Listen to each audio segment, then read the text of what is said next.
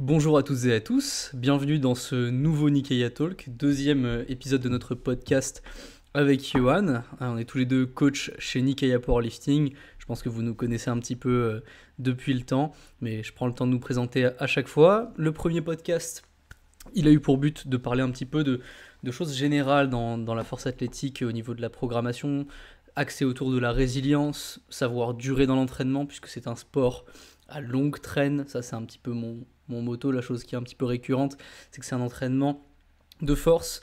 La force, c'est une capacité qui a une maturité tardive, donc il faut savoir durer. Aujourd'hui, on va parler d'un sujet un petit peu à l'opposé, c'est comment réussir son picking, les spécificités du picking, du bloc pré-compétition. C'est le bloc où toutes nos attentes vont se recentrer, où on va maximiser les variables spécifiques de l'entraînement, pousser nos patterns de compétition, squat, bench et deadlift à leurs limites. Donc c'est un bloc à part qu'il faut le savoir gérer en tant que tel et ne pas confondre les demandes classiques de l'entraînement général avec les demandes spécifiques du bloc de picking. Comment tu vas, Johan ? Je suis en pleine forme et toi? Parfait, excellent. Cette fois-ci, le micro est bien allumé, tout sera en place, vous aurez une écoute optimale. Au fur et à mesure du temps, la qualité va augmenter. Moi, je suis un fervent d'augmenter la qualité au fur et à mesure du temps, de faire les choses. Et d'ici 2 mois, 3 mois, 4 mois, 5 mois, on aura de la qualité qui sera encore meilleure à chaque fois. Mais c'est quand même important d'avoir un podcast qui est bien audible. Donc, on avait abordé d'abord la dimension un petit peu physiologique du corps pour le premier podcast et ensuite la dimension psycho. Ici, je pense qu'il est bon pour un bloc de pré-compétition, donc comme j'ai dit, où toutes nos attentes vont être concentrées. On veut réussir notre compète, on veut atteindre nos objectifs, minima, performance. C'est bien de prendre le contre-pied psychologique d'abord, parce que ce qu'on va mettre dans notre picking, on va y revenir et il va falloir bien gérer son entraînement, à la fois la partie programmation et la partie gestion séance par séance. Mais d'abord, bien construire son picking, c'est bien se préparer psychologiquement, mentalement, à performer. Donc, on a eu pas mal de réponses, encore une fois, je vous remercie. Tous les jeudis, je fais un petit Q&A pour préparer le podcast, voir un petit peu ce que vous pensez du sujet qu'on traite. Ici, c'était comment réussir son picking. On a eu beaucoup de réponses concernant la dimension psycho, ce qui met bien en exergue l'attrait et l'intérêt de la dimension préparation mentale sur un bloc de compétition. On aura 2 parties ici qui seront l'établissement des objectifs et ensuite la gestion des difficultés, comment on va les vivre en tant qu'athlète. Déjà, on peut commencer par l'établissement des objectifs, se conditionner à la réussite, gérer le momentum, l'élan dans le bloc, la progressivité du bloc, mais aussi séance par séance. On a eu pas mal de réponses là-dessus. Est-ce qu'il y en a certaines sur ce point-là qui t'ont interpellé, Johan ou... Ouais, la première chose, c'est de ne pas mettre tous ces objectifs sur les charges et de se dire que tout ne repose pas sur les nouveaux 1RM et que vous avez en tête et que vous voulez absolument faire à la fin de votre picking ou à la fin de votre compétition. On est des sportifs amateurs pour la plupart, mais on s'entraîne tous quasiment comme des professionnels. En France, il y a une très légère différence, voire même il n'y en a pas dans certains cas, entre les amateurs et les professionnels. Et il faut bien comprendre qu'une saison, ça se construit et que vous allez avoir peut-être un, deux, trois, quatre pics de forme qui correspondent tous plus ou moins à une compétition. Et donc, il faut avoir une certaine progressivité, même dans les phases de picking. Finir avec un peu de marche sous le pied, c'est toujours intéressant dans la poursuite de la saison, plutôt que de se cramer à sa première compétition régionale, battre tout ce record et puis derrière mettre 1 mois, 2 mois, 3 mois à en récupérer et pouvoir revenir sur ces bases-là qu'on a posées dès le début, en fait. Mhm. On a MG Powerlift qui nous dit à ce sujet-là ne pas orienter son picking sur la charge voulue à la fin, et je pense que ça résume vraiment l'état d'esprit qu'il faut avoir quand on rentre dans un bloc pré-compétition. On a tous des objectifs par rapport à des minima, par rapport à un total spécifique, par rapport à des anciens PR. On a des choses qu'on va projeter, et c'est important de les projeter, il faut projeter cet objectif. On a Matt qui nous dit aussi qu'il faut avoir un mental de tueur pendant tout le bloc, pas qu'au jour J. C'est vrai, c'est le bloc où on veut se conditionner à réussir à la fin. Mais il faut comprendre que pour réussir, il faut pas non plus forcément être obnubilé par des chiffres précis à la fin du picking. C'est pas un sport de progression linéaire. C'est un picking. Le picking, c'est un bloc où on va avoir énormément d'ondulations dans les performances puisqu'on va se pousser au maximum progressivement dans le bloc. On va saturer notre volume spécifique, notre capacité à enchaîner. Il y aura forcément des ondulations au niveau des perfs. Donc ne pas orienter toujours toutes ces séances sur une charge précise qu'on veut à la fin, c'est un service que vous allez vous rendre. Il faut passer par la phase où on établit les buts. Ok, on a un objectif de minima, on a un objectif de performance à la fin, mais il faut aussi être objectif, séance après séance, et surtout en amont sur nos limitations à l'entrée du bloc. On peut avoir des limitations au niveau de raideur, on peut avoir un mouvement qui s'est moins bien passé le bloc précédent ou les blocs d'avant. Il faut quand même avoir ces petites notions-là en tête. Il faut les avoir en tête, mais après il faut se dire que, comme a dit Matt, il faut avoir un mental de tueur tout le long du bloc, toutes les séances. Ça ne veut pas dire chercher à se surpasser, à ne pas respecter les charges recommandées, etc. sur toutes les séances, mais c'est surtout exécuter avec une qualité et un effort qui est une implication qui est maximale en fait. Une implication qui est maximale, mais ça ne veut pas dire que vous devez surprendre la terre entière à chacune de vos séances. Vous allez avoir 16, 20, peut-être plus de séances dans le bloc. Les 16-20 séances, il va falloir que vous montrez que votre implication est totale. Ça ne veut pas dire qu'il va falloir chercher à surcharger en continu parce que, encore une fois, même si c'est un bloc de pré-compétition, même si on va chercher à faire des choses un petit peu exceptionnelles, Étienne nous dit il faut laisser son temps au momentum, pas aller trop fort trop tôt. C'est exactement ça. Il faut accepter qu'il y a une progressivité.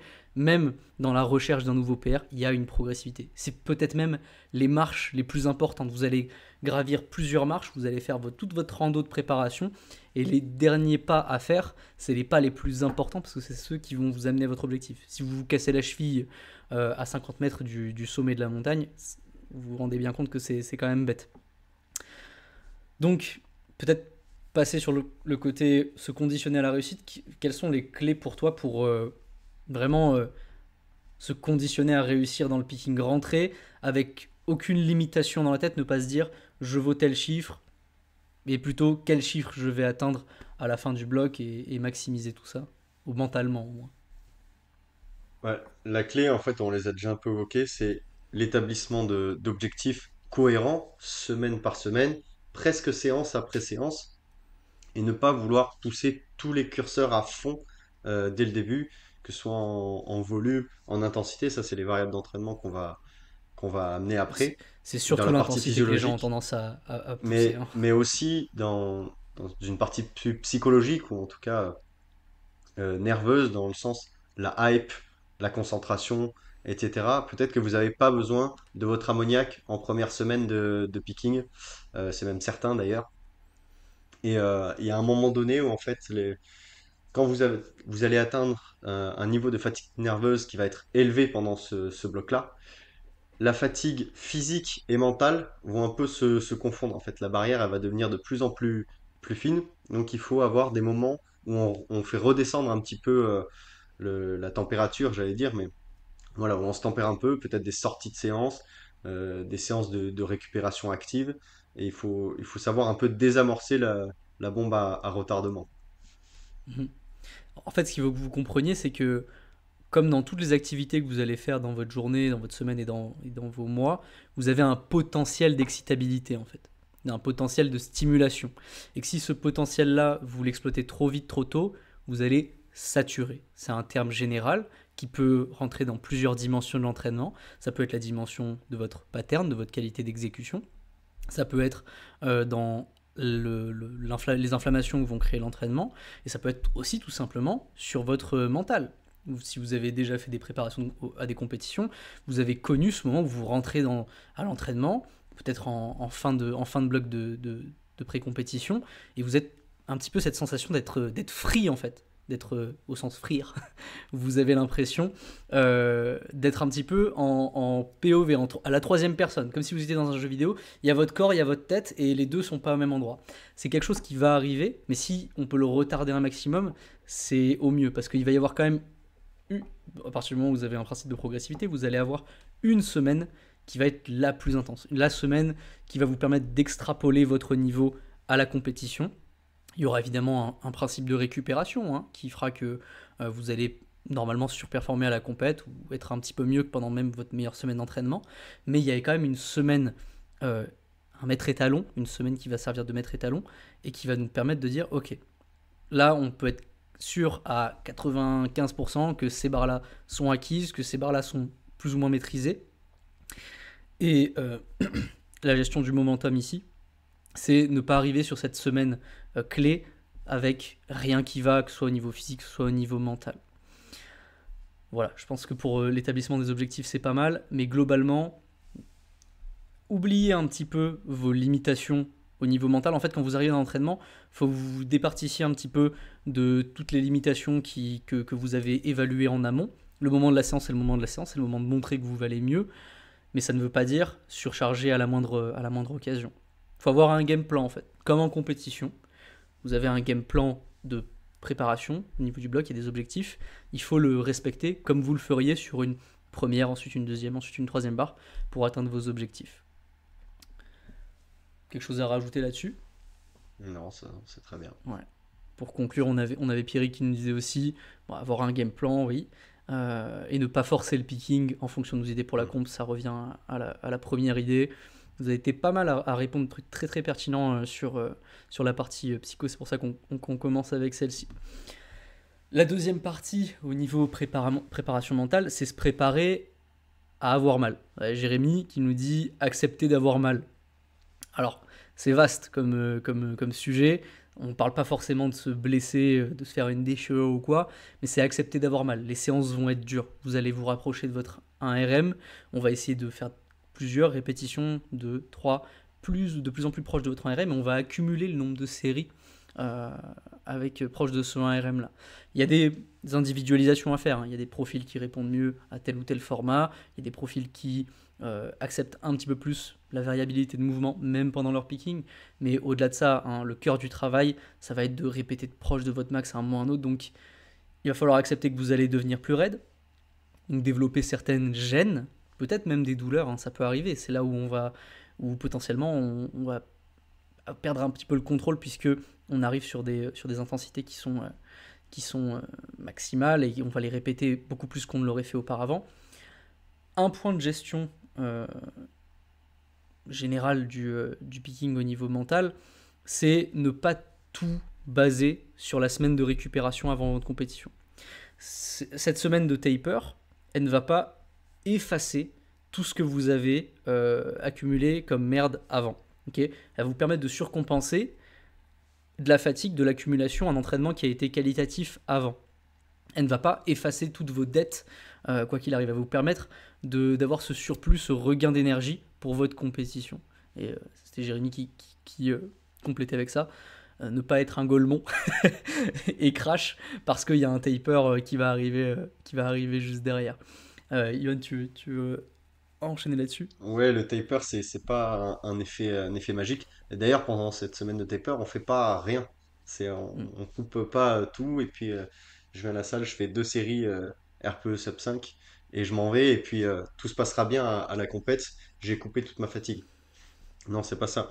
C'est juste, voilà, soulager un petit peu la fatigue accumulée sur la semaine précédente, qui est la plus dure, qui est elle-même le fruit d'une fatigue accumulée sur les 3 ou 4 semaines qui l'ont précédée. Et c'est juste vous remettre à l'état de peut-être votre semaine 1 ou 2 pour pouvoir être frais le jour de votre compète, sachant que vous aurez que 9 barres à faire. Mais c'est sûr qu'il faut être préparé à tout ça. La période de picking, c'est pas une période qui est agréable, ni physiquement, ni mentalement.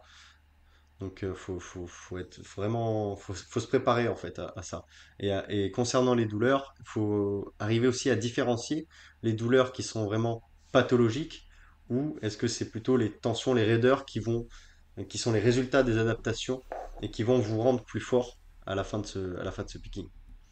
Mhm. Ouais, faut pas voir un drapeau rouge là où il n'y en a pas, et faut pas voir des drapeaux blancs ou des drapeaux à damier là où il n'y en a pas non plus. Mhm. Faut essayer d'être objectif. C'est souvent ce genre de période-là où être accompagné, avoir un coach, c'est quand même essentiel pour bien gérer son picking. C'est une période où vous allez être surstimulé, Vous n'allez pas être tout le temps objectif par rapport à ce que vous avez fait. Vous pouvez être plus négatif que ce que la réalité est. Vous pouvez être plus positif que ce que la réalité est. Puisque, je vous rappelle, on arrive en compétition, on a des standards d'exécution. Il y a beaucoup de choses qui peuvent, sous le coup de l'excitation de l'entraînement, passer un peu plus au second plan, alors que c'est exactement le moment où ça doit passer au premier plan pour être sûr de faire quelque chose de qualitatif. Une chose importante, c'est aussi, en dehors forcément des considérations de raideur, de douleur, même si ça rentre dans l'équation, mais c'est qu'il va y avoir une ondulation des performances. Même entre les séances les plus importantes, celles où vous allez avoir vos singles, vos doublés lourds, il va y avoir une ondulation des performances. C'est-à-dire que vous ne serez jamais à votre plein potentiel à chacune des séances. Au contraire, c'est peut-être dans le picking que vous allez avoir le plus de perturbations au final.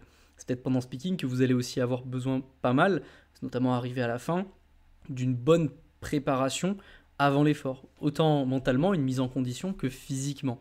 Parce que vous allez accumuler donc, ces raideurs, ces douleurs, ces adaptations en fait qui font partie du jeu, mais il faut pas rentrer dans ce picking, notamment vers la fin, avec une idée, je rentre, je fais mes barres, je me casse, parce que là vous allez augmenter les risques à ce niveau-là. Il faut qu'il y ait une petite période de conditionnement, même avant l'entraînement, avant chacun des entraînements, essayer d'être objectif par rapport à ce qu'on a physiquement, à ce qu'on est mentalement, et voir si on peut améliorer ces choses-là pendant cette petite période, ces 15, ces 30 minutes de l'échauffement, de préparation un petit peu de hype, ça peut être dans la gestion de la musique, dans ce qui nous motive, se rappeler nos objectifs de fin, parce que je vous dis, vous allez être surstimulé. Vous êtes surstimulé pendant une période de picking, et il faut pouvoir voir clair là-dedans, et c'est très vite qu'on peut...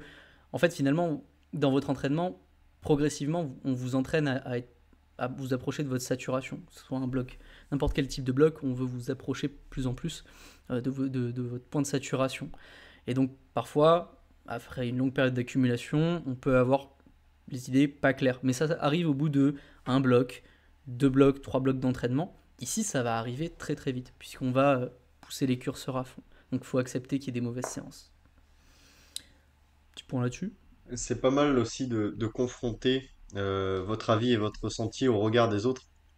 En premier, celui de votre coach, évidemment, mais tous ceux qui vous entourent dans votre salle. Et puis si vous vous entraînez tout seul dans une salle commerciale ou que vous êtes tout seul à qui vous pouvez confier en tout cas euh, votre vidéo au regard de quelqu'un d'autre, vous avez toujours des communautés sur les réseaux sociaux. Vous avez au moins un pote qui peut être plus ou moins objectif, mais en tout cas, ça va vous donner un autre regard sur ce que vous avez fait. Et est-ce que euh, j'ai overshoot ou pas? Ça, c'est un truc qui arrive très souvent en picking. On veut toujours plus, et ce qu'on fait, on se rend jamais compte que c'est bien et qu'on progresse par rapport à nos objectifs. En fait, plus on progresse dans cette phase-là, plus on se fixe des objectifs élevés. En semaine 1, on peut se dire, bon, bah, si je passe 200 au squat à la fin de cette compétition, ça sera super. Et puis à la fin des 4 semaines, on se dit, non, en fait, il me faut 220. Alors que bon, bah c'est potentiellement irréalisable, quoi.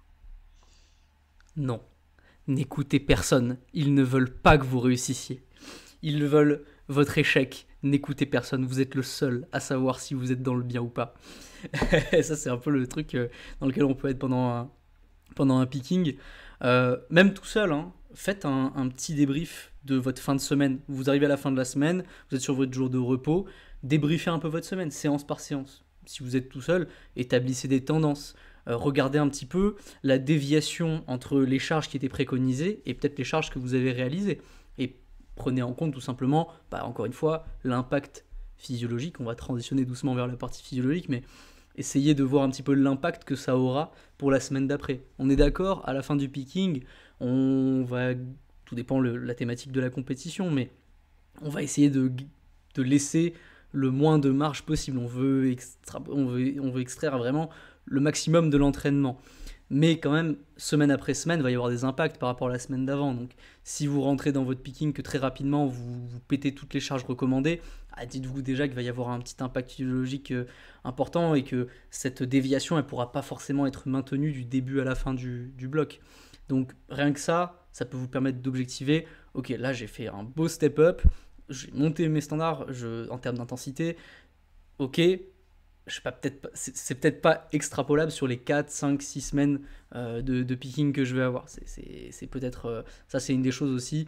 Garder les pieds sur terre, ça m'est arrivé plein de fois, moi, qui avait des longues périodes d'accumulation, pas forcément toujours très spécifiques, parce que je pouvais pas me le permettre, d'arriver sur le picking et d'un coup, waouh! Ah, en fait, je suis vraiment capable de faire ça, de faire bouger telle charge à telle vitesse. Et tout de suite, si on fait ça en semaine 1, semaine 2, on peut très vite se dire, alors qu'est-ce que je vais faire en semaine 3 et en semaine 4? Non, enfin, ça va pas être exponentiel. Il va y avoir un ralentissement forcément à un moment. S'il n'y en a pas, tant mieux, mais partez du principe qu'il va y en avoir un, comme ça vous serez mieux préparé. On va passer un petit peu à la dimension physio, la programmation, la gestion de l'entraînement. Et j'avais noté un troisième point qui était le point technique et qui est pas des moindres. Encore une fois, on prépare une compète, si on prépare pas une compète, en tout cas on prépare un effort qui est le mieux, le plus objectif, le plus quantifiable possible par rapport à des standards précis. Déjà sur la partie programmation, qu'est-ce qu'on fait pendant un picking concrètement? Qu'est-ce qui se passe en fait? Le pickings, on veut augmenter notre performance à court terme. Donc pour ça, on va miser sur un travail qui est le plus nerveux, entre guillemets, possible, donc le plus spécifique, que ce soit en termes de rep range. Donc on va viser entre 1 et 3, voire 1 et 5 répétitions au maximum. Ça peut être dans la spécificité de la variation, un maximum de mouvements de compétition et se rapprocher des standards qui vont vous être demandés le jour J. Et puis, on peut réduire aussi les exercices d'accessoires, les exercices d'assistance, et notamment ceux qui vont entrer un petit peu en concurrence avec vos mouvements de pompe. Ceux-là, on va pouvoir vraiment réduire leur volume. Donc, par exemple, si vous faites beaucoup de dips, peut-être que ça a un impact sur la récupération de votre bench. Donc, on peut peut-être réduire ces choses-là. Ouais. Ouais, voilà. Enfin, là, pour le coup, même les assistances, si vous pouvez vous passer de faire des diffs pendant votre picking, c'est cool. Et essayez de. Enfin, il y a les blocs de picking et il y a les autres blocs. C'est-à-dire qu'il y a des blocs de développement, on va essayer de pousser notre capacité de travail générale, puis plus spécifique. Il va y avoir des notions d'individualisation, c'est certain. Nathan nous disait de trouver les variables d'entraînement qui vont mettre en confiance l'athlète. Ça, c'est un petit peu du côté de l'adhérence. Il y a des variations, des formats qui vont être plus optimaux pour certains athlètes. Il y a un degré d'individualisation. Tout le monde ne pique pas en faisant beaucoup de doublés, beaucoup de triplés et un single. C'est quand même le truc le plus spécifique, mais tout le monde ne répond pas forcément à ça. On a des athlètes qui, sur certains mouvements, vont devoir maintenir un minimum de rep range plus élevé. Ça peut être souvent avec des mouvements et des profils où il y a un petit peu moins d'amplitude. Quelqu'un qui a des bons leviers au sumo, qui est très vertical, qui a pas beaucoup d'amplitude, c'est vrai que avoir quand même un petit momentum à haute intensité, encore une fois, mais avec peut-être du 4 reps, du 5 reps, c'est souvent assez bénéfique. C'est-à-dire que tous les trucs qu'on a vus précédemment pendant les blocs de développement qui ont marché, faut pas non plus les balayer du revers de la main. Faut juste les doser un peu mieux, soit pour qu'ils soient en maintien, soit pour qu'ils amènent du momentum pendant le picking. Donc oui, il y a un degré d'individualisation qui est important, mais malgré tout, on va s'approcher de la spécificité ultime à un moment ou un autre. Et on a eu deux réponses qui m'ont un peu interpellé, qui sont très intéressantes. C'est MHD qui nous dit pas de RPE 10, pas d'échec. Et dernier Gaulois qui nous dit single only pour commencer, ne pas overshot. Euh, Qu'est-ce que c'est la place de l'intensité maximale dans un picking pour toi? En fait, on doit toujours se situer très proche de l'échec sans jamais le toucher idéalement. Euh, Après, tout ça dépend des profils. Il y a des profils qui récupèrent assez bien. D'autres profils sur lesquels un échec ou un RPE 10 peut vraiment foutre en l'air plusieurs semaines derrière. Donc, on veut toujours laisser une marge sur laquelle le corps va pouvoir s'adapter en fait. Donc, un RPE 9, 9,5, c'est totalement programmable en fin de picking.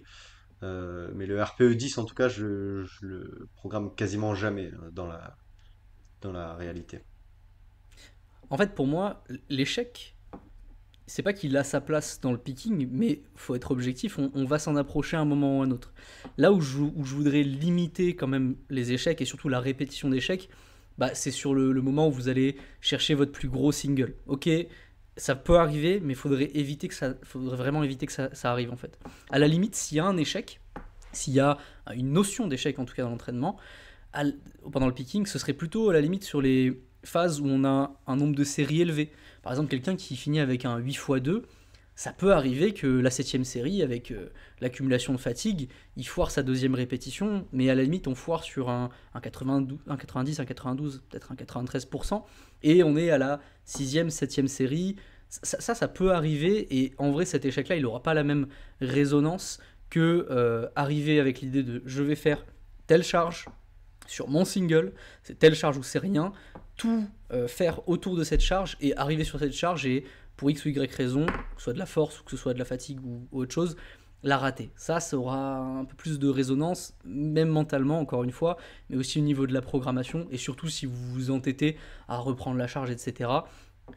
Ok, il y a tout un travail de volume, de répétition haute intensité, qui fait que, ok, c'est pas un échec qui va détruire votre picking, mais ça casse quand même la dynamique, vous en rendez bien compte. Donc, on veut s'approcher de l'échec, faut se dire qu'on en est très proche, et il peut arriver, il ne faut pas avoir des sueurs froides quand ça arrive, surtout si ça arrive sur une sixième, une septième série. Maintenant, faut pas commencer à arriver à la 2 semaines avant la compétition et commencer à accumuler les échecs, notamment sur des singles. Euh, je vous dis, il y aura des ondulations de performance, ce qui fait que vous aurez des plus ou moins bonnes séances. On va pas drop load de 20 kilos pour être sûr d'être dans le RPE non plus. Mais effectivement, éviter l'échec, c'est quand même pas mal, surtout de la répétition d'échecs. Maintenant, pas de RPE 10, j'ai envie de vous dire, au bout d'un moment, il y a une semaine où vous allez essayer de vous titiller un petit peu. Ça peut rapidement arriver, hein. Quand on programme un 9, un 9,5, certes on va mettre une charge qui est recommandée, on va essayer d'avoir un point de vue objectif par rapport à ce qu'on a fait les semaines d'avant, sur notre état avant la séance. Ça peut arriver. Je sais qu'il y en a beaucoup qui apprécient aussi l'échec, dans le sens c'est le grind ultime, etc. N'oubliez pas que ça va avoir un impact sur votre technique, hein. Ça va être le troisième point, mais vraiment la gestion de la technique sera importante, et cette notion d'intensité va l'impacter.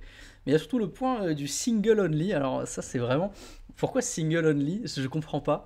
On ferait quoi? Que des singles pendant 4-5 semaines, c'est-à-dire que tout le volume qu'on a accumulé, la capacité de travail, on va piocher directement dedans pour aller faire du single, du single, du single. Ça, non, je suis contre. À la limite de faire de la répétition de single sur un format précis, amener un 2, un 3, un 4, un 5 x 1 sur un format spécifique avec peut-être une intensité un peu plus régulée, un cap RPE 8, un cap RPE 8,5 à la limite, pourquoi pas, c'est une bonne manière de se préparer. Maintenant, single only, réduire le volume, ça c'est un truc qui est revenu aussi, réduire le volume. Alors, qu'est-ce qu'on entend par volume? Oui, on va baisser la fourchette de répétition, potentiellement, ou même quasiment de manière certaine. Donc certes, ça va baisser le volume, mais il ne faut pas non plus confondre le volume général, le tonnage à la limite, et le fait de ne pas faire beaucoup de séries. Ça, pour moi, faire beaucoup de séries, c'est peut-être la meilleure chose que vous puissiez faire pendant votre picking pour continuer à amener votre momentum et amener votre niveau de préparation spécifique au plus haut, quoi. Enfin, moi, le point de réduire le volume, ça, je suis vraiment, vraiment pas d'accord là-dessus. Enfin, si on parle vraiment de nombre de séries. Je sais pas. Ouais, c'est vrai que c'est un truc qui revient assez régulièrement. Mais en fait, même si c'est un bloc assez spécifique, le picking, il n'est pas coupé de tout ce que vous avez fait avant. Avant, vous avez pu obtenir des données et un certain volume récupérable que vous êtes capable de tolérer selon plus ou moins des rep range. Et ce volume-là, va falloir le pousser aux limites. En fait, il n'y a pas une seule façon de voir votre picking. Il n'y a pas que par le prisme de l'intensité et du RPE 8, 9, 10. Il y a aussi, qu'est-ce que vous êtes capable d'encaisser au niveau du volume, hein. Combien de séries à haute intensité vous êtes capable de maintenir? Où est-ce que sont vos limites? À quel moment vous vous approchez de la saturation de votre pattern? Et ça, faut aller le challenger. Et ça, par contre, ça peut se faire plus facilement sur des reprises un peu plus élevées, du 3, du 4, du 5 peut-être. Ouais, mais même, enfin, je veux dire, répéter et répéter, c'est quand même la base en termes de préparation spécifique. C'est ça qui va amener votre niveau général, votre niveau spécifique plutôt. Il n'y a pas que le single que vous allez faire à la fin de la semaine. Et encore une fois, quand vous arrivez avec juste votre 1 x 1 à RPE élevé, en fait, vous construisez pas réellement, hein. Vous puisez plutôt dans votre capacité de travail plutôt que vous la construisez. Donc si vous faites ça sur 4 semaines, vous êtes sûr de vous péter la gueule à la fin, voire même d'arriver après votre compétition dans l'idéal, mais peut-être même pendant votre compétition, avec votre niveau de préparation qui a drop drastiquement. Et un truc qu'il faut comprendre aussi, c'est qu'on veut établir des nouveaux standards d'intensité. Donc votre nouveau 1RM. Si vous établissez un nouveau 1RM, il y a quand même des nouvelles marges d'intensité où vous n'avez pas fait de répétition avant dessus. Donc un objectif du picking, c'est aussi pouvoir répéter à la plus haute intensité que vous avez jamais fait. Vous pouvoir faire des doublés à une intensité que vous n'avez jamais touchée avant. Il faut pouvoir rentabiliser un petit peu ces nouveaux standards d'intensité spécifiques. Il faut pouvoir répéter dessus. Si votre capacité à faire un x3 c'est 210, mais que votre nouveau 1RM que vous visez ou vous avez atteint pendant votre picking c'est 260, bah, c'est qu'il y a quand même des choses à faire à 2,20, à 2,30, etc., des doublés.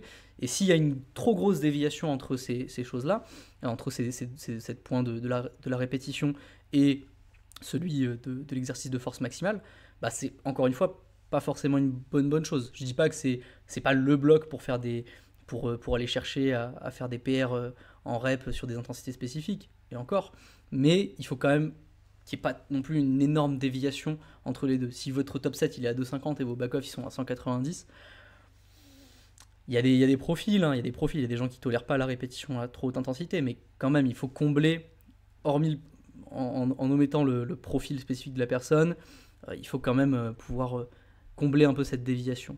Voilà. Et il y a le point de réduire le volume. Bah, je ne sais pas exactement ce qu'il entend vraiment par réduire le volume. C'est réduire le rep range, oui, c'est quelque chose qu'on fait souvent. Par contre, réduire le volume général par rapport aux accessoires, ça, moi, je suis plutôt de l'école d'enlever les accessoires. Ou alors, si on maintient les accessoires, c'est plus dans un but d'hypertrophie, c'est plus dans un but de progression forcément, mais c'est dans un but de récupération. Pouvoir avoir des cycles de contraction un petit peu différents, faire du x20, de la myo-rep. Ça, par contre, ça peut être très bien pour maintenir un niveau de santé, on va dire, sur vos articulations, sur vos muscles. Ça, vous verrez souvent, enfin, si vous êtes programmé par mois, je garderai toujours des accessoires, mais ils n'ont plus du tout la même thématique que précédemment sur un développement, quoi. Donc, pour résumer, picking, répéter à haute intensité, donc il va y avoir aussi une notion de volume plutôt sur le nombre de séries. Dans l'idée, on va pas dropper le volume en termes de nombre de séries. On va essayer justement de le challenger. Simplement, on va le pivoter au niveau du rep range, mais on va essayer de se challenger sur le nombre de séries qu'on va pouvoir encaisser par mouvement. Il y a des bases qu'on aura établies précédemment, des repères. Si on peut un tout petit peu, même un tout petit peu, hein, les challenger ces repères-là progressivement, ça va vous amener à votre meilleur niveau encore une fois. Donc pareil, ce point du volume là, il me titille un peu. Donc il y a le point de l'individualisation, on l'a déjà traité, le point d'intensité aussi, le poids du volume, c'est le cas. Maintenant le point de la spécificité, comment on décrirait la spécificité, hormis juste j'ai fait un single, j'ai fait un doublé, est-ce qu'il y a un autre point de la spécificité que tu voulais aborder toi ou pas? Bah, il y a celui des variations qu'on n'a peut-être pas abordé. La position de la barre, quoi, le C'est standard ça, vraiment c'est ça, technique. le standard de compétition. On va essayer d'avoir le maximum de standards de compétition dans notre entraînement pendant cette phase de picking. Maintenant, encore une fois, on a récupéré des données de l'entraînement et cette exposition à la fois des rep range qui sont très spécifiques, des intensités très élevées et des variations très comptes, elles peuvent nous mener très rapidement à la saturation de ce pattern. Et il est bon à la fois dans les assistances, on en a parlé, mais aussi sur du SBD, peut-être d'instaurer quelques variations qui vont nous permettre de désaturer un peu le pattern et d'avoir un pattern qui est très proche pour pouvoir le pousser à plus haute intensité. Donc il n'est pas rare de garder par exemple un A-bar squat en squat tertiaire juste pour pouvoir maintenir notre niveau d'intensité sur les autres patterns. Ouais, ouais. Les dynamiques, il faut toujours les objectiver, dynamique principale, secondaire, tertiaire, quaternaire, si tel est le cas par exemple pour un bench, même plus. Effectivement, sur les dynamiques un peu plus tertiaire, quaternaire, ça peut être intéressant d'aller chercher un peu plus de général, ça peut être sur le rep range, ça peut être sur la position, notamment si vous n'avez pas la technique la plus fixée du siècle, si vous avez tout simplement des besoins de variabilité parce que vous saturez trop vite de manière générale sur votre comp. Ouais, ça peut être intéressant. Mais essayez surtout Sans vous en rendre compte, vous allez avoir un pattern qui va être de plus en plus spécifique. Il va y avoir des toutes petites choses. Ça peut être la hauteur de barre au squat, ça peut être pas mal de choses. Vous allez regarder votre dernier bloc de développement, ce que vous avez fait techniquement, et ce que vous avez fait à la fin de votre picking. Vous allez voir qu'il va y avoir des toutes petites déviations. Ça, faut aussi le prendre en compte. Euh, Si vous avez un pattern qui est tout frais, ne l'exposez pas forcément uniquement lui sur vos 3 squats, 4-5 bench, parce qu'il peut être un petit peu plus friable. Il faut toujours se dire qu'il va y avoir un moment où on va saturer, il faut que ce soit le plus tard possible. Ensuite, il y a le point de la gestion de l'entraînement. Donc on revient toujours au principe d'autorégulation. N'oubliez pas que vous êtes seul à faire votre entraînement. Il va y avoir un feedback a posteriori de votre coach, d'autres gens, mais vous êtes seul à faire votre entraînement et il y a le point de l'autorégulation, donc on l'avait dit, le principe de progressivité dans le bloc. Mais il y a surtout aussi la gestion de la fatigue, et alors ça c'est revenu beaucoup de fois. Ryan qui nous dit quantifier la fatigue qui s'accumule, Maxime qui nous dit la gestion de la fatigue de manière générale. Il y en a d'autres qui nous disent optimiser les variables de récupération, avoir une bonne récupération, c'est un point qui revient beaucoup. C'est une thématique aussi qui revient pas mal par rapport au statut qu'on a en tant que sportif. On n'est pas des sportifs pros, la plupart sont étudiants, ont un travail. Il y a la fatigue externe qui va impacter la fatigue interne. Mais quantifier la fatigue, quelles sont les variables toi, que tu utiliserais pour quantifier cette fatigue au niveau musculaire, au niveau mental, au niveau externe? Qu'est-ce que tu utiliserais? Il y a plusieurs outils qu'on peut utiliser. Il y a d'abord les dommages musculaires. À quel point musculairement cet entraînement nous a marqué de la veille. Est-ce qu'on est vraiment, on se réveille, on a beaucoup de raideur, beaucoup de tension, des douleurs, des courbatures, ça peut arriver. On peut instaurer euh, une sorte de note, ce qu'on appelle le session RPE, donc un RPE de séance qu'on peut suivre de séance en séance et de semaine en semaine, et voir surtout la dynamique de cette évolution. C'est surtout ça qui est important pour moi, je pense, c'est euh, une semaine intense, tout le monde peut la supporter tant qu'elle a été bien amenée et qu'on est préparé à cette semaine ou cette séance intense. Et l'évolution euh, de la difficulté ou de la fatigue engendrée par une séance, pour moi, c'est capital. Il y a des marqueurs pour ça, hein. Il y a des marqueurs pour savoir si, au moins au niveau physique, vous êtes à la bonne fatigue au bon moment dans votre picking. Il y a des marqueurs au niveau des raideurs articulaires. Si elles arrivent beaucoup trop tôt dans votre picking, c'est qu'il va falloir pivoter un petit peu certaines charges, peut-être même fixer le volume pour éviter d'engrainer ces dynamiques-là. On cherche à être raide, hein, à la fin. On cherche à être raide, c'est ça qui va nous renforcer autour d'une position spécifique. Mais si ça arrive trop tôt, un, ça va dégrader notre position. Deux, ça va créer des inflammations qui vont amputer notre capacité à encaisser l'entraînement. Donc il y a des marqueurs physiques, dommages musculaires, raideur au niveau de certaines articulations, des blessures antérieures qui peuvent refaire un petit peu surface. Si ça arrive trop tôt, effectivement, il faut changer un petit peu son fusil d'épaule sur le choix des charges, sur le choix du volume, peut-être sur la fin du picking. Surtout, ça s'anticipe toutes ces choses-là. Il y a votre volume que vous avez exploité auparavant, il y a à quel point vous avez répété à haute intensité auparavant, vous pouvez anticiper un petit peu quand vous programmez votre réponse au niveau du corps. Mais il y a aussi le point d'optimiser la récupération, donc entre les séances, entre les semaines. Ça, c'est quelque chose qui revient pas mal. Et s'il y a bien un moment où vous pouvez faire quelque chose au niveau de votre complémentation, c'est-à-dire de tous les micro-facteurs autour de votre entraînement, c'est peut-être ce moment-là, puisque c'est les petites différences, hein, on veut exploiter le pourcentage de plus qu'on peut avoir, on le veut, donc par votre complémentation, vous pouvez faire la différence. Bon déjà, qu'est-ce que c'est une complémentation péri-entraînement optimale? Déjà, c'est avoir une bonne hydratation. 3 phases, euh, évidemment consommation d'eau, votre balance électrolytique et les glucides rapides. C'est ces 3 choses-là qui vont faire que vous aurez une bonne hydratation et surtout un potentiel d'excitabilité un peu plus élevé. Okay, c'est des impulsions nerveuses qui va définir votre potentiel d'excitabilité. Donc il va falloir avoir les bons électrolytes, potassium, magnésium dans votre entraînement et du sodium de manière générale. Mais déjà avoir sa malto, si on parle vraiment des choses les plus opti, sa malto, ses électrolytes et pas mal de consommation d'eau pendant l'entraînement, péri-entraînement, ça déjà vous faites un grand pas vers avoir une séance qui se passe au mieux au niveau de votre capacité à émettre de la force de manière générale. Maintenant il y a des points un peu plus sur le plan du système nerveux, donc on est d'accord, potentiel d'excitabilité, égale neurotransmetteur. Il y a des profils qui émergent de ces neurotransmetteurs. Il y a des gens qui vont répondre plus à certains neurotransmetteurs que d'autres. Il y a des tests à faire en ligne sur ça, notamment le test des neurotypes que j'utilise plutôt pas mal et qui est assez fiable là-dessus. Et il y a une complémentation qui peut dériver de là. Les grandes bases que vous pouvez faire, c'est la tyrosine, matin, soir, la créatine, support du système nerveux, du système musculaire aussi. Ça, c'est déjà 2 bonnes choses que vous pouvez intégrer.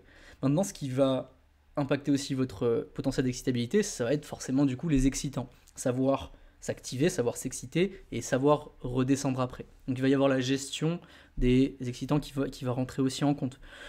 Très pratiquement, 90% des athlètes, c'est via la caféine. Okay, donc la caféine, c'est un paramètre, mais je pense qu'il serait bien de l'accompagner de plantes adaptogènes qui vont réguler votre système nerveux. Okay, donc typiquement, s'orienter plutôt vers de la guarana, par exemple, pour l'entraînement, pour les montées en excitation, ça peut être pas mal. C'est déjà une plante qui contient énormément de caféine, donc vous pouvez réguler par rapport à votre dose de guarana. Mais ça va vous éviter de prendre un gros crash. Vos séances vont durer plus longtemps, donc si vous avez un pic de caféine au bout d'une heure, 1h30, et que vous avez un énorme crash par la suite, tout ce qui va dépasser cette heure-là, cette heure et demie d'excitation, vous allez subir un gros down. En plus, vous allez avoir une redescente nerveuse forcément de vos efforts que vous allez fournir. Donc, s'orienter plutôt vers des plantes adaptogènes, quelque chose qui va réguler un petit peu mieux votre système nerveux, ce sera forcément un plus par rapport à je m'enfile le plus de monsters possible pendant l'entraînement. Enfin, je veux dire, vous allez saturer de ces choses-là. Vous allez vous accommoder beaucoup trop vite de ces boissons-là. Ça peut être utilisé par-ci par-là, notamment parce qu'il y a un point de vue d'adhérence. Hein.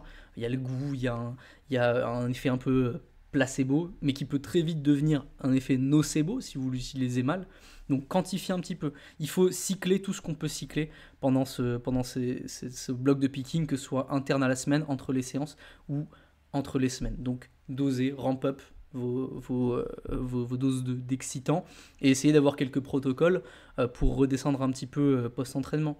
Ça peut être de l'ashwagandha par exemple, ça peut être tout simplement revenir à une bonne balance électrolytique, utiliser du zinc, du magnésium post-entraînement, ça va vous permettre de redescendre rapidement, autant dans votre excitation mentale que physiquement.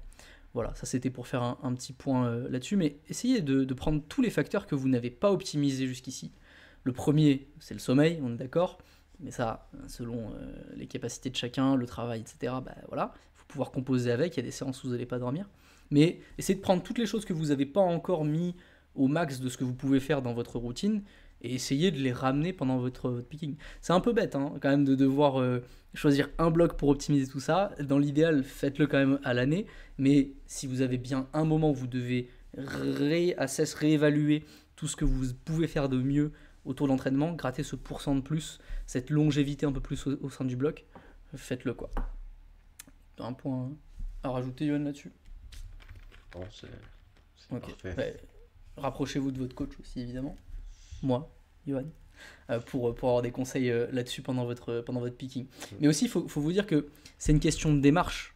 Hein. Si on voit en tant que coach que l'athlète n'est pas investi à ce niveau-là, on va pas se concentrer à lui dire surtout tu prends de la guarana et pas un café ou du monster dans ton entraînement. C'est aussi votre niveau d'implication. Faut y aller phase par phase. On voit qu'il y a un athlète qui respecte sa récup, qui respecte son plan d'entraînement, qui fait pas le zinzin. On va faire cet effort en plus parce que c'est ce qui va faire la différence. Maintenant, si vous n'avez pas les 2 premiers points qui sont traités, on va plutôt se concentrer sur ces 2 points-là. C'est pour ça que tout le monde n'a pas eu ce discours, n'aura pas forcément ce discours de la part de leur coach.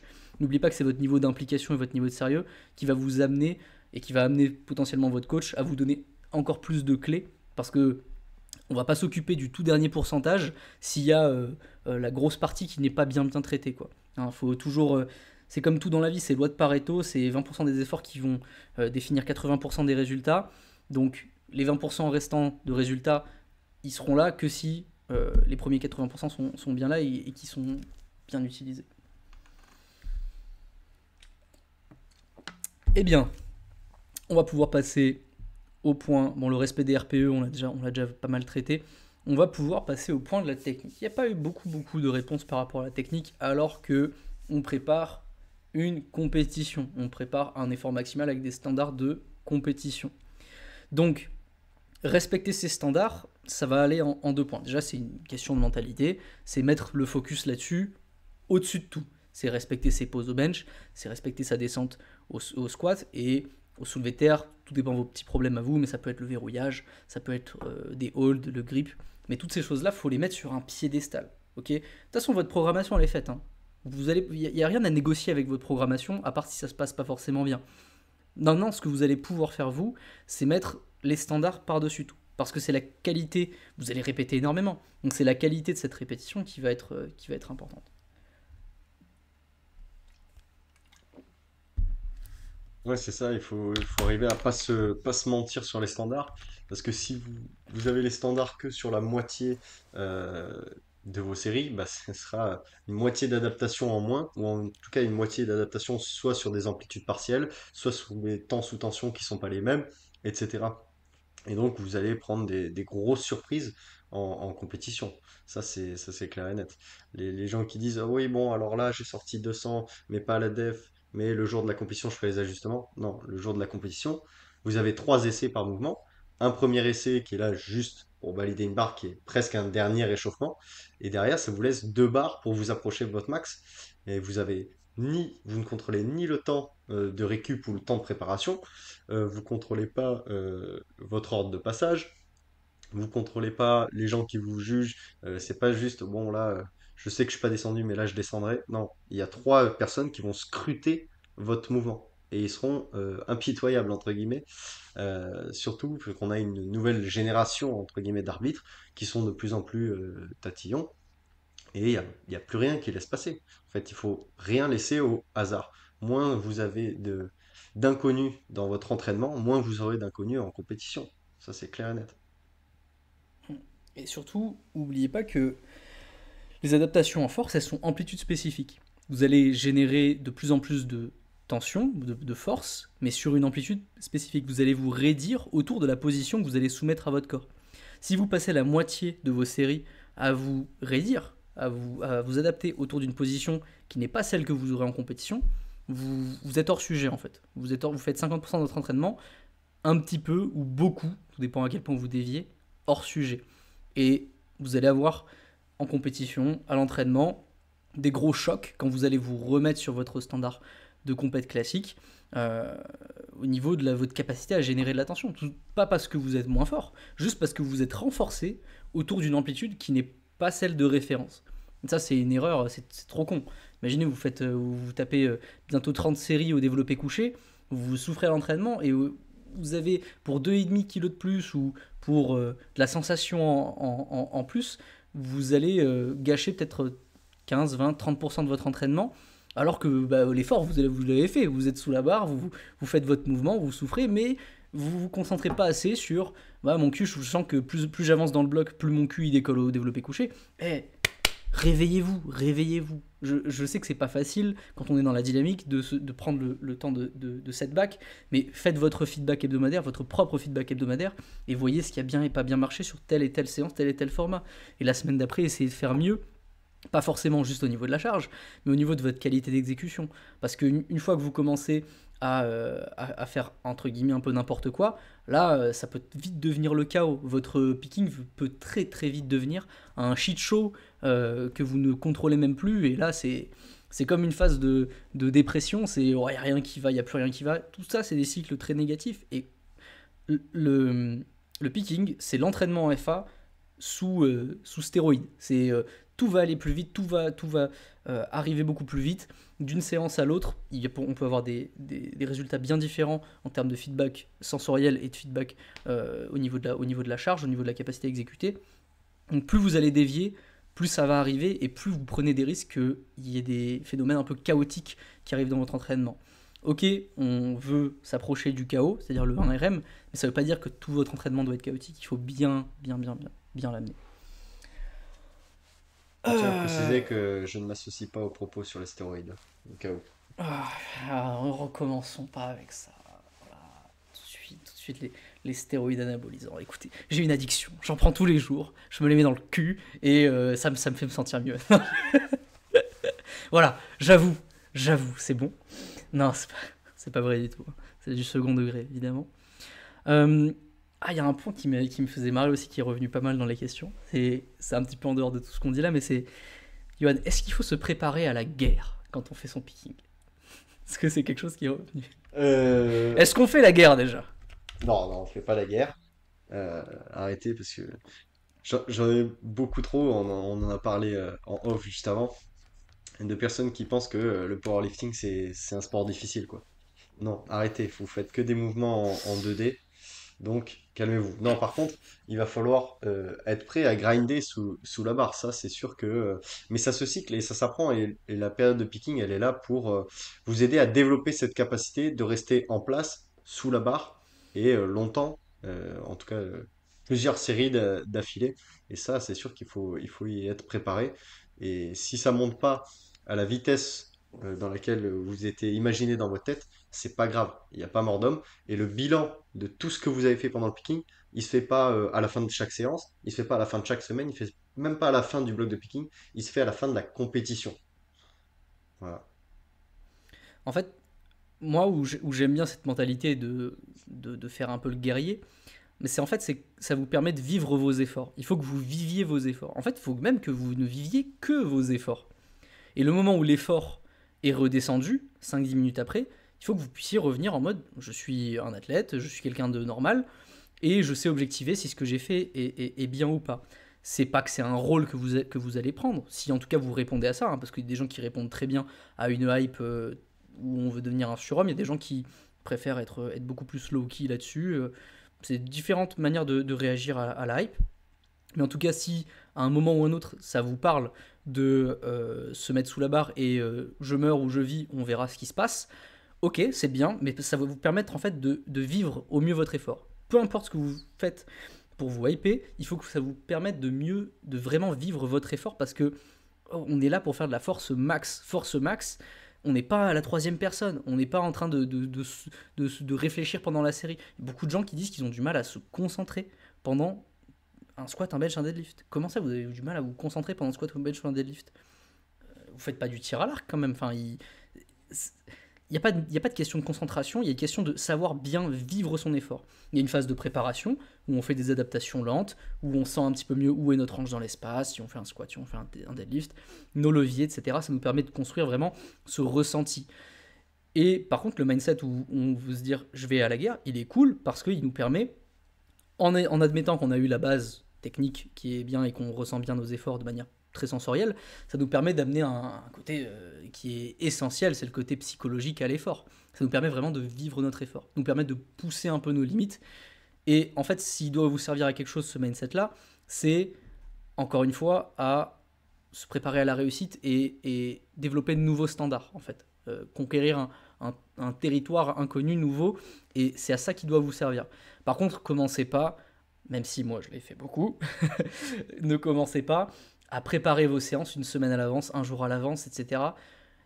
C'est cool, ça va vous permettre d'être vraiment dans votre rôle et dans votre camp d'entraînement. Si on peut parler de camp d'entraînement, c'est vraiment le moment du picking, c'est bien, mais il faut avoir un double point de vue, le point de vue objectif. Et puis il faut se dire, une fois que si ça a merdé, vous êtes sorti, vous êtes allé à la guerre, etc., ça a foiré, tout n'est pas acheté. Reprenez vos 5 minutes, reprenez vos esprits et voyez ce qu'il y a à faire par la suite. Parce que ça peut très vite vous dire bon bah voilà, j'ai pas passé cette barre. J'ai pas, je me suis dit que c'était la barre de ma vie, ça n'a pas été la barre de ma vie. Maintenant, qu'est-ce qui se passe? Il faut que j'arrête la compétition, il faut que je pivote, je skip, je ferai la compète d'après.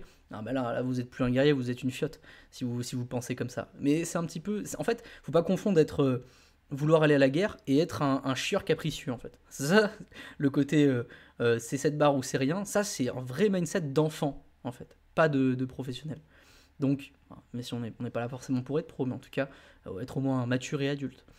Donc, la guerre, c'est cool, mais ça doit vous permettre de faire mieux. Toutes les manières de vous hype doivent vous permettre de faire mieux. Et s'il y a bien un moment, par contre, où là, vous pouvez y aller, ce sera cette barre ou ce sera rien, bah, c'est à la compétition, sur votre troisième essai, pour peu que ce soit l'objectif de la compétition. Mais ouais, picking, beaucoup de stimulation, il faut pouvoir faire le tri dans ces stimulations-là, dans ce qui ressort du vrai ou du faux. C'est vraiment... là, c'est comme si vous rentriez dans un labyrinthe, hein. Vous croyez toujours voir la lumière à un moment, vous n'êtes pas sûr. Il faut qu'il y ait quelqu'un pour objectiver tout ça. Il faut qu'il y ait quelqu'un pour mettre un petit peu le curseur là-dessus, faire les adaptations. Les adaptations, elles sont cruciales pendant un picking. C'est-à-dire qu'il va y avoir forcément une de vos dynamiques qui va couiller à un moment ou à un autre, que ce soit sur une seule séance ou que ce soit sur toutes les séances. Et ça, il faut qu'il y ait quelqu'un qui puisse vous accompagner, regarder avec vous et dire ok, on fait des adaptations, on change pas, on maintient. Voilà, il faut être accompagné. S'il y a bien un moment où c'est important, c'est ce moment-là. Maintenant, n'embauchez pas un coach pour votre picking, hein. Ça servira, ça servira à rien du tout. Le picking, il se construit sur des mois d'accumulation de données. En tout cas, dans le scénario idéal, qui n'est pas forcément toujours celui qui est la réalité, mais n'embauchez pas quelqu'un pour faire un picking. Moi, ça m'est arrivé plein de fois des gars qui commencent le coaching pour un picking. C'est rigolo, franchement, c'est rigolo parce que c'est très stimulant de suite, mais on peut pas s'empêcher de se dire qu'on tire un peu, on jette un peu les dés, quoi.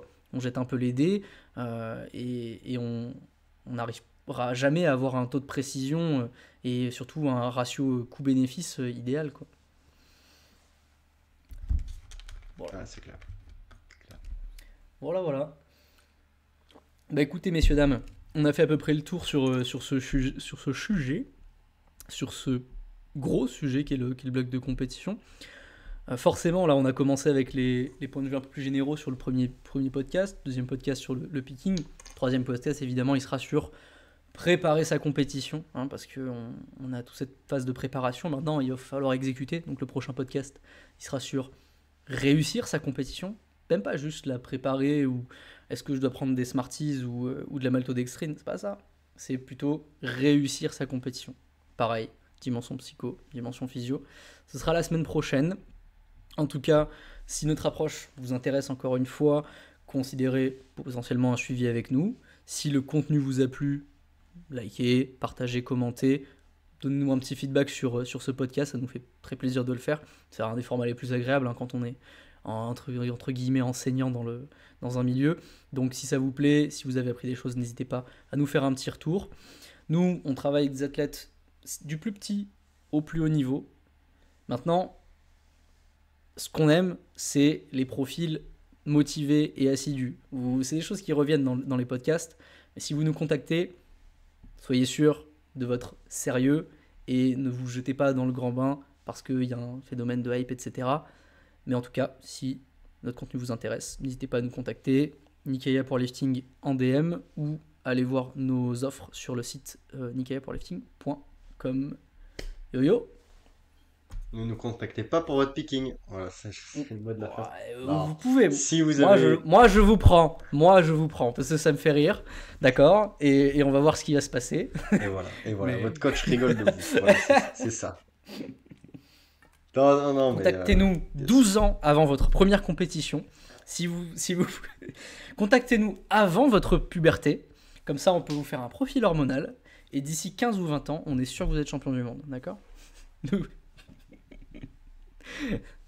Bon, c'est l'heure de conclure. Merci à tous. À vendredi prochain, 18h pour le prochain podcast. Au revoir. À la semaine prochaine. Au revoir, non ?